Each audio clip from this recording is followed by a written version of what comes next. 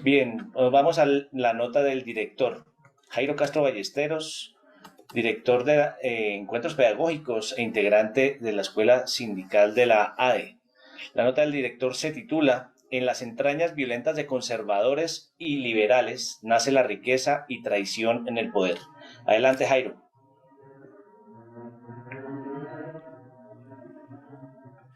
Muy buenos días al Magisterio de la Comunidad Educativa que nos ven y nos siguen por Facebook Live de Renovación Magisterial y Encuentros Pedagógicos. También a los que nos escuchan por la emisora Mariana y a los que nos siguen en el exterior.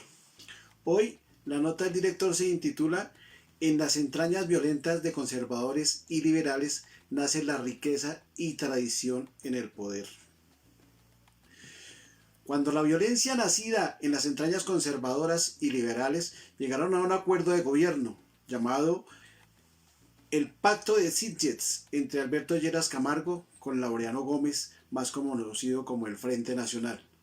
No fue para que los pobres vivieran mejor, ni para que tuvieran tierras, ni para darles trabajo, sino para turnarse el poder entre gamonales, terratenientes, industriales y banqueros.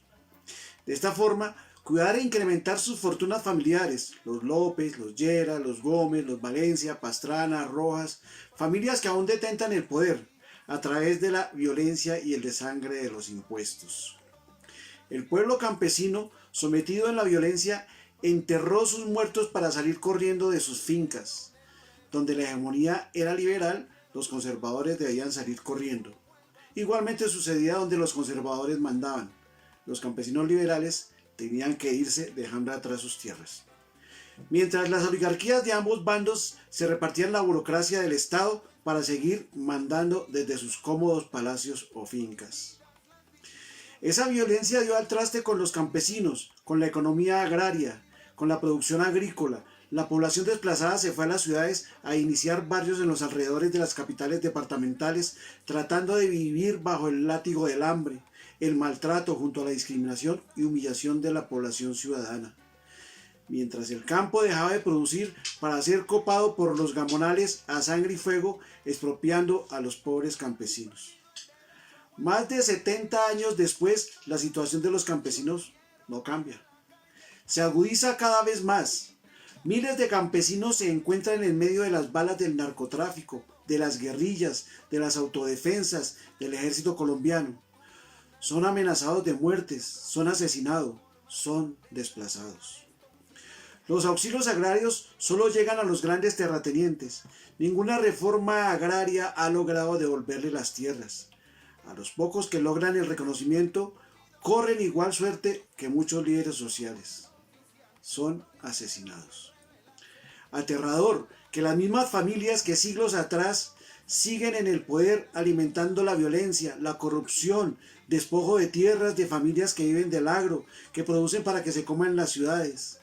Las familias de herencia de esos gamonales, ahora aliados a mafias y paramilitares que destruyen esa productividad agraria, son familias que se apropian de tierras para la ganadería o quedan improductivas, o para monocultivos de plantas que nunca estuvieron sembrados en los campos de Colombia.